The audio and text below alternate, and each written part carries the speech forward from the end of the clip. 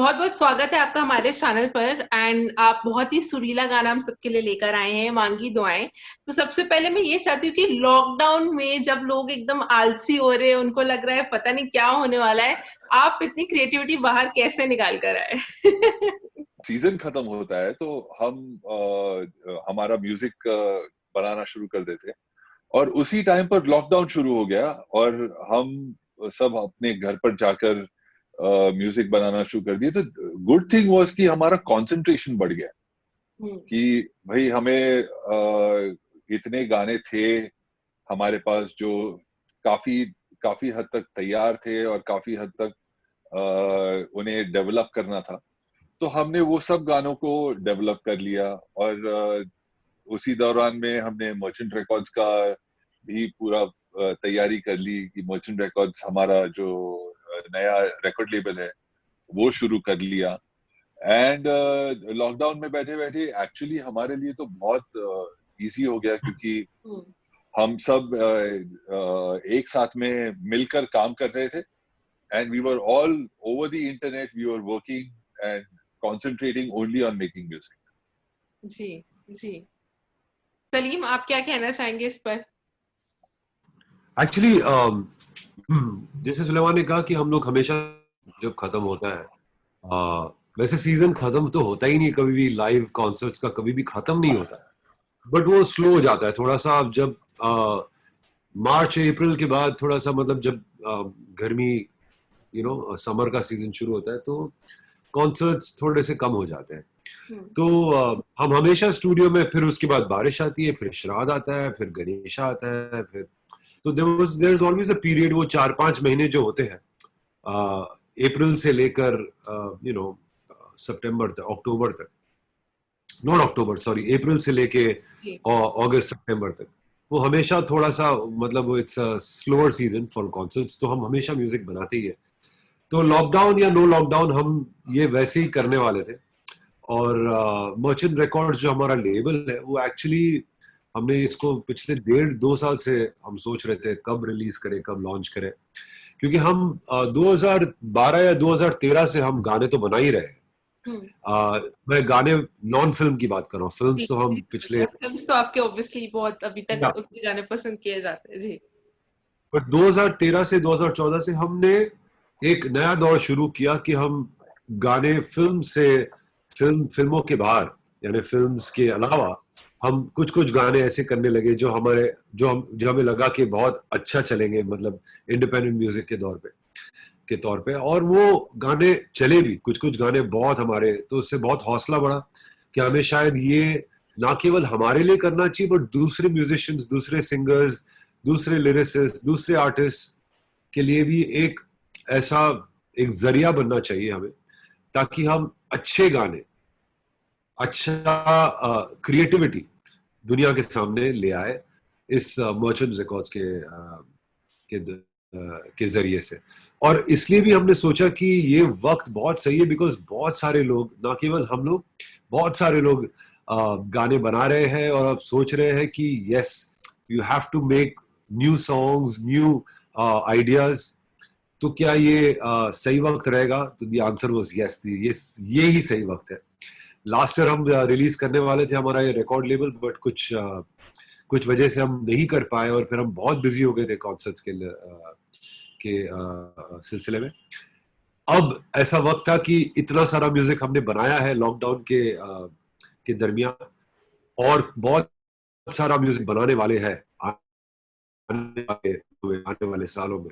तो इसलिए merchant record स्थापना करना और मर्चेंट रिकॉर्ड्स को बढ़ावा देना बहुत जरूरी था जी। Because two people are working together, दो माइंड्स एक साथ काम कर रहे हैं। तो मैं जानना चाहती हूँ कि जब कभी आपके क्रिएटिव डिफरेंसेस होते हैं तो how do you manage that, कि अगर आप कहें कि ये ट्यून में ये अच्छा लग रहा है, वो कहें ऑब्वियसली म्यूजिक के बारे में आपको ज्यादा आइडिया है, तो आप लोग किस तरह से मैनेज करते हैं क्रिएटिव डिफरेंसेस को? लड़ लेते हैं थोड़ा सा। आखिर में जीतता कौन है, ये बताइए। एक्चुअली लड़ना बोले तो अभी तो हम काफी सालों से ये कर रहे हैं और आर्ग्यूमेंट्स होते हैं, थोड़े से आइडियाज बैक एंड फोर्थ होते हैं। Very healthy, it's very very healthy for us, क्योंकि हमें ऐसे लगता है कि इसमें जीत हमेशा म्यूजिक की होती है, क्योंकि हम दो अलग दिमाग एक एक दिशा में जा रहे हैं। गाना एक ही है मगर दो तीन, कभी कभी तीन आइडियाज होते हैं अलग अलग, जैसे हम तीनों को एक्सप्लोर करते हैं, कभी दोनों को एक्सप्लोर करते हैं। कभी कभी ऐसे भी होता है कि हम दोनों एक एक गाने को लेकर एक ही ध्यान में चलते हैं, तो वो क्रिएटिविटी जो होती है वो हमेशा बरकरार रहती है, और एक हेल्दी पर्सपेक्टिव मिलता है। गाने का नजरिया अलग अलग, दो तीन अलग अलग दिशाओं से एक गाना दिखता है आपको। That is beautiful actually for us. जी, आपके पूरे करियर में ऐसा कौन से गाने हैं जो आपको लगता है कि जो जितना प्यार वो डिजर्व करते थे उतना उनको प्यार मिला? एक जब भी कोई क्रिएटिव इंसान कुछ भी अपना प्रोडक्ट निकालता है तो हमेशा होप करता है कि इसको प्यार मिलना चाहिए, वो उस पर खरा, आपके एक्सपेक्टेशंस पर खरा उतरा हो। ऐसे कौन से गाने आपके करियर में? ऑनेस्टली हमारे हम लोग बहुत खुशनसीब है कि हमारे जितने भी गाने हमने बनाए हैं, बहुत सारे गाने वो चले हैं। जी जैसे कि चक दे इंडिया है, ऑफ कोर्स, जैसे कि तुझ में रब दिखता है यारा मैं क्या करूं, जैसे कि शुक्राना अल्लाह है, जैसे जी, कि कुर्बान कुर्बा के। हुआ है, अली मौला है, मैं तो एवी एवी एवी लुट गया, फैशन के गाने हैं, मर जावा, आजा नचले है, ओरे पिया है, बहुत सारे ऐसे गाने हैं। मतलब मैं तो आशाएं हैं फ्रॉम द मूवी इकबाल, ये हौसला है फ्रॉम द मूवी डोर, जी मतलब the list is non stop, खुदाया वे है फ्रॉम द मूवी लक। और नॉन फिल्म गाने में भी, नॉन फिल्म के जो हमारे गाने हैं वो भी बहुत सक्सेसफुल हुए हैं, जैसे कि नूरे इलाही है जो हमने आबिदा परवीन जी के साथ बनाया था। हमने हाल ही में एक मालिक मेरे करके गाना बनाया था जो ईद के लिए, ईद के मौके पर आया था। और ये गाना भी जो हमारा है, मांगी दुआएं, इसको मतलब ये गाना ट्रेंडिंग पहले दिन में ही, ये जी गाना ट्रेंडिंग में आ गया यूट्यूब पर और नंबर 3 पे आ गया, रिलीज होते ही नंबर 3 पे आ गया।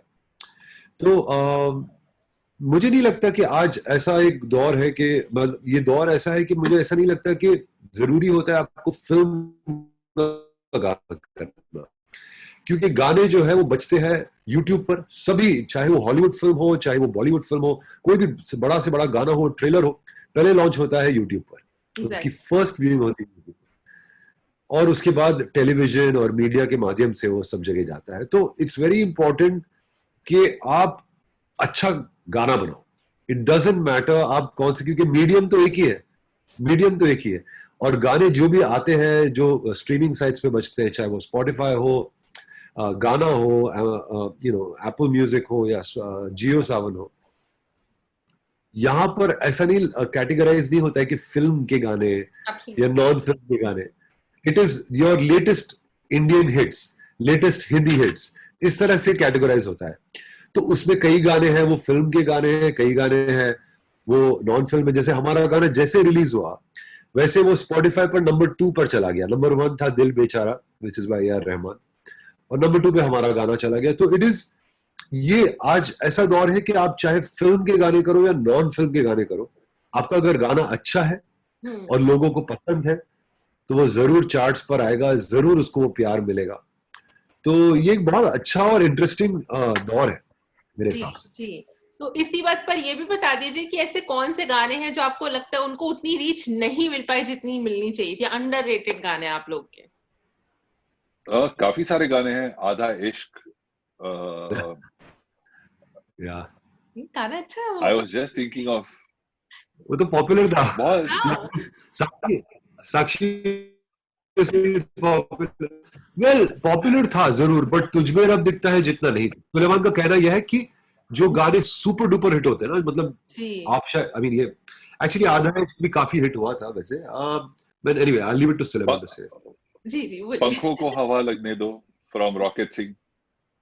काफी सारे ऐसे ऑफ बीट गाने हैं जो मुझे लगता है जिनको ईमान का असर, from door. Movie door, door correct. काफी सारे ऐसे गाने हैं जो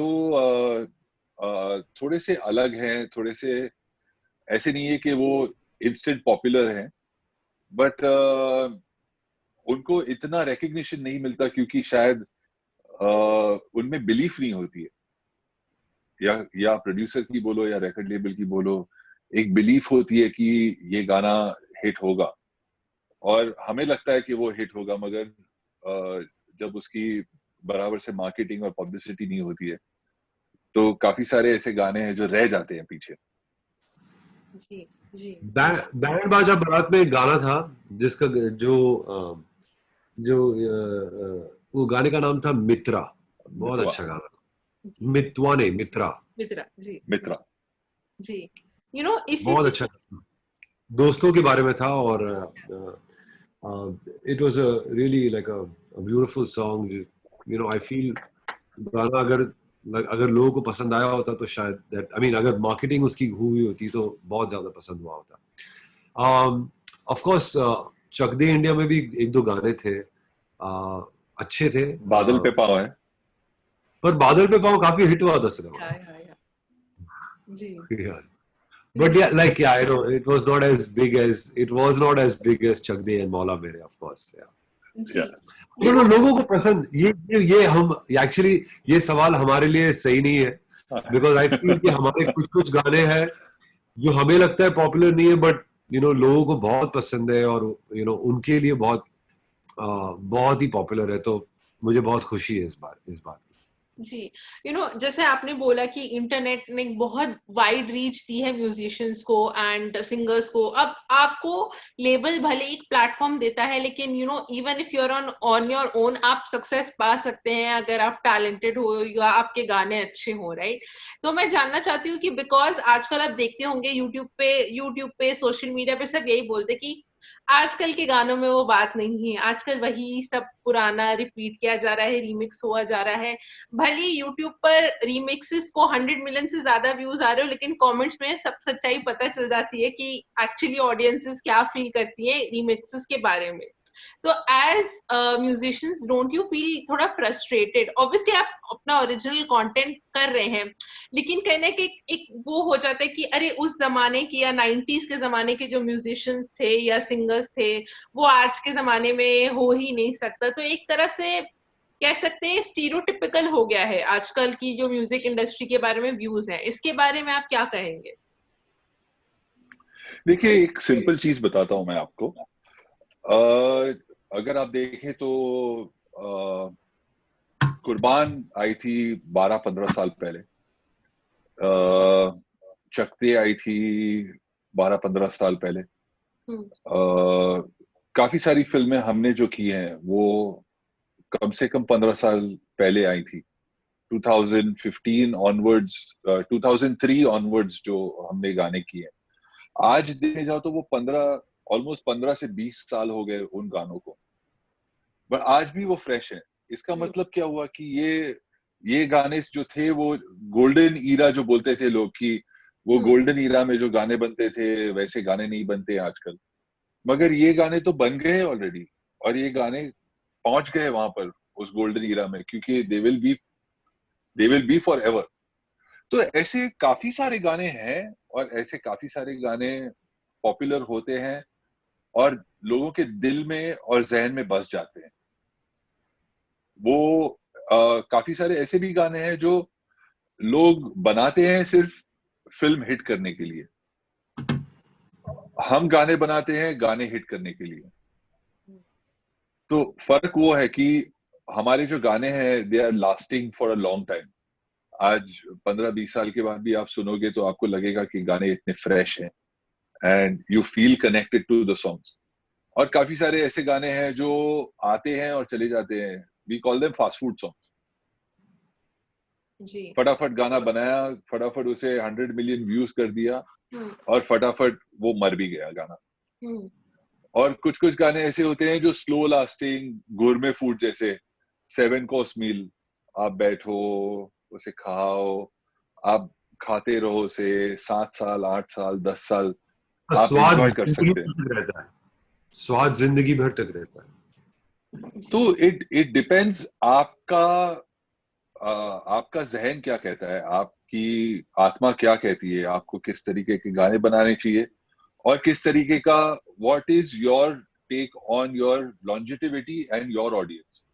आपकी ऑडियंस क्या पसंद करती है, and that is for us very important, क्योंकि आज हमारे फैंस हैं, वो कभी कभी हमें बोलते हैं कि आप सलीम सुलेमाना सूफी ब्रदर्स, सूफी मर्चेंट ब्रदर्स, और ऐसे काफी सारे नाम हैं हमारे। तो वो नाम इसलिए है क्योंकि हम ऐसे म्यूजिक बनाते हैं जिससे लोगों को सुकून मिले, जिससे लोग एंजॉय कर सके फॉर एवर। ऐसे नहीं कि एक बार सुना और दूसरी बार स्किप कर दिया गाना। जी जी। सलीम, आपने जैसे रिसेंटली सोनू जी का साथ दिया और कहा कि हाँ मतलब नॉट ओनली सिंगर्स, कंपोजर्स की भी हालत फिल्म इंडस्ट्री में उतनी ही खराब है। तो जब आपने वो पहली बार फेस किया था कि आपके पास टैलेंट है, आपके पास क्रेडिबिलिटी, उसके बाद भी जब आपसे काम छीना गया, तो how did you both deal with it?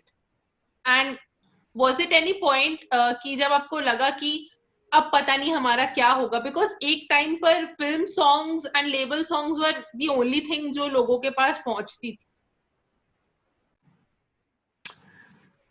साक्षी, पहली बात तो हमसे कोई काम कोई छीना नहीं, और ये मतलब ये सही नहीं रहेगा कि मैं कहूँ कि छीना नहीं। हमें बेसिकली जो फिल्म हमने की थी, जिसका म्यूजिक हमने किया था, जी। वो उनके डायरेक्टर ने हमें कहा कि टी सीरीज चाहती है कि अपना ये जो फिल्म हम जो कर रहे हैं, वो फिल्म में मल्टीपल कंपोजर्स भी रहे। अब सुलेमान और मेरा ये नेचर, हमेशा हम लोग का ये स्टैंडिंग है कि हम लोग मल्टी कंपोजर्स हमें पसंद नहीं है, बिकॉज वैसे ही ज्यादातर गाने पिक्चरों में 4 या 5 गाने होते। अब उसमें भी अगर मल्टीपल लोग आ जाए कि हम लोग 1 करें, 2 करें, 3 करें, तो हमने इस फिल्म को बहुत ही मतलब रिस्पेक्टफुली हमने इससे जाने दिया, क्योंकि अब और ये जो है, ये जो ट्रेडिशन है ये फिल्म का, मतलब बार बार ये होते रहता है कि कंपोजर्स जो फिल्म करते हैं, वहां पे एक म्यूजिक कंपनी अपना 1 गाना डालती है, 2 गाने डालती है, 3 गाने डालती है। तो ये जो चीज है वो डिस्टर्ब कर देती है कंपोजर्स को, खासतौर पर हम जैसे कंपोजर्स को, जहाँ पे हमने फिल्में की है with a lot of love and respect, सब गाने किए हैं। अगर कुछ गानों में कुछ बदलाव है तो उसको भी बदलाव करके हमने किया है। तो ये जो फिल्म थी, वो फिल्म में मतलब ऐसा हुआ कि हमें पता लगा कि कुछ और गाने आने वाले हैं और कुछ और नए कंपोजर्स आने वाले हैं, और हमें किसी से प्रॉब्लम नहीं था। हमें सिर्फ प्रॉब्लम यही था कि जो फिल्म हम कर रहे हैं वो हमारी तरफ से ऐसा था कि हम पूरी फिल्म हम ही करें, लेकिन वो कहीं ना कहीं वो क्लैश हो रहा था। तो हमने तो बात है छीनने की, वो छीनना वर्ड सही नहीं है, लेकिन खैर जो भी है, यस, इस बात में जरूर बहुत ज्यादा दम है कि कंपोजर्स ये एक मतलब इस दौर से गुजर रहे हैं कि जहां पर फिल्म में गाना पिच करना, और आप अगर रिकॉर्ड कंपनी के साथ अगर आपके रिलेशंस अच्छे हैं तो ही आपका गाना आगे जा सकता है, वरना आपका जो गाना है वो चेंज हो जाएगा, और जो रिकॉर्ड कंपनी जिस कंपोजर के साथ उसका रिलेशन है वो ही रहेगा। और बहुत सारी फिल्म्स की जो शुरुआत होती है जहाँ पे डायरेक्टर चाहते हैं कि वो एक कंपोजर के साथ काम करे, ऐसा हमारे साथ हुआ है। तो वो जो चीज है वो मेरे ख्याल से वो बहुत गलत है, और वो चेंज करना बहुत जरूरी है हम सबको, as a community, as an industry. जो रिकॉर्ड लेबल्स जो ये मतलब ये फिलॉसफी से चल रहे हैं कि हम सिर्फ अपना ही करेंगे, तो मतलब उनको ये चीज मुबारक, but I feel it's wrong. I feel that creativity में जब ये चीज आ जाती है तो एक दरार पड़ जाती है, एक दीवार लग जाती है, बहुत सारे कंपोजर्स जो ये सोचते हैं कि हम अच्छा म्यूजिक बनाएं, फिर उनकी नीयत थोड़ी बदल जाती है। So I feel that is a very big thing which needs to change. ये बदलाव बहुत जरूरी है, और ये बदलाव अब ऐसा हुआ है कि ये बहुत जोर शोर से हुआ है।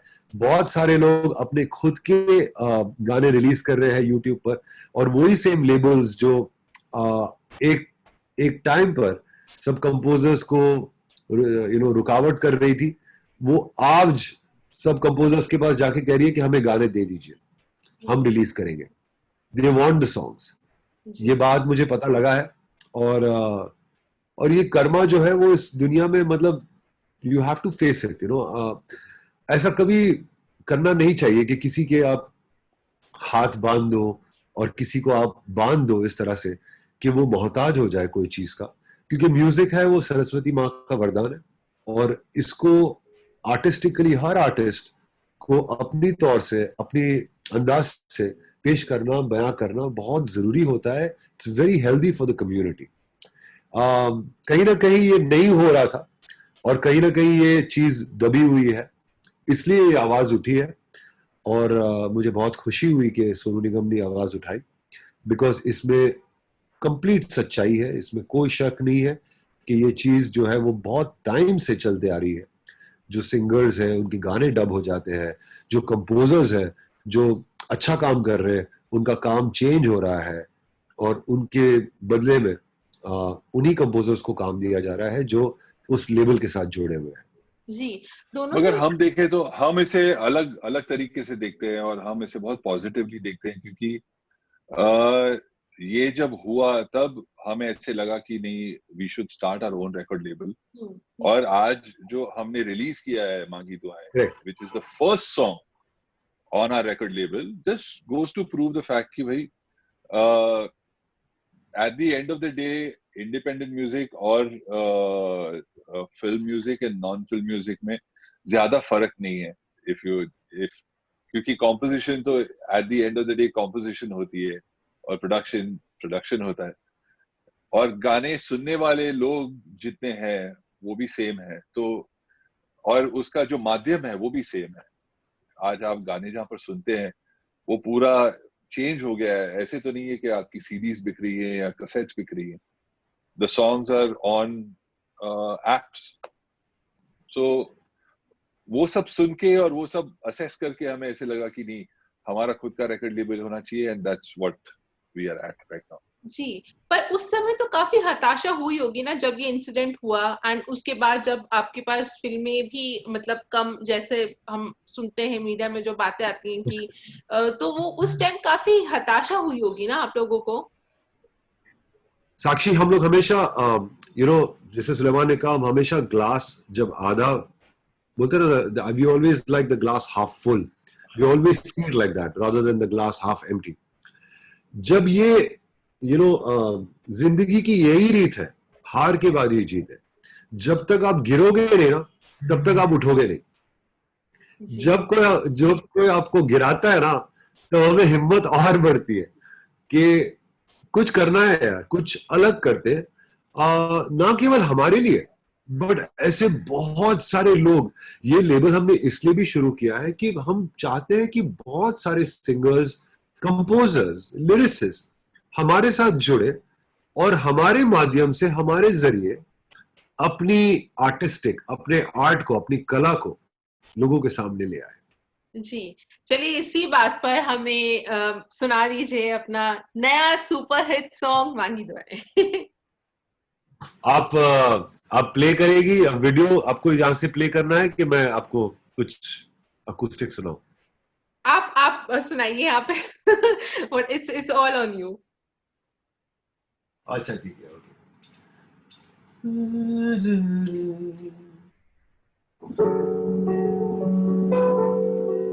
आवाज आ रही है आपको पियानो की? जी जी, करेक्ट।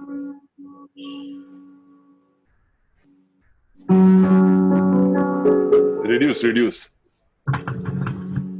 इज इट वॉल्यूम कम है? ठीक है अभी? perfect. Sound is okay? या पियानो थोड़ा सा कम कर। यादों के सहारे जी रहे हैं आज भी,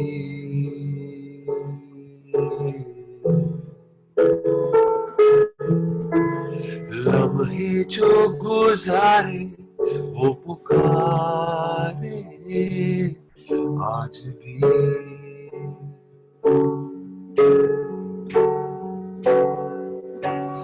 बांधे थे जो मन्नतों के धागे जैसे, पलकों पे ख्वाब थे जो आंसू से धुल गए, मांगी दुआएं तू मिल जाए, मांगी दुआएं आज भी, मांगी दुआएं तू फिर आए, मांगी दुआएं आज भी। बहुत ही अच्छा लगा आप लोगों से बात करके। थैंक यू हमें लाइव सेशन देने के लिए। Thank you so much and congratulations for your new song. Thank you, Sakshi. Thank you very much. Thank you. Thank you.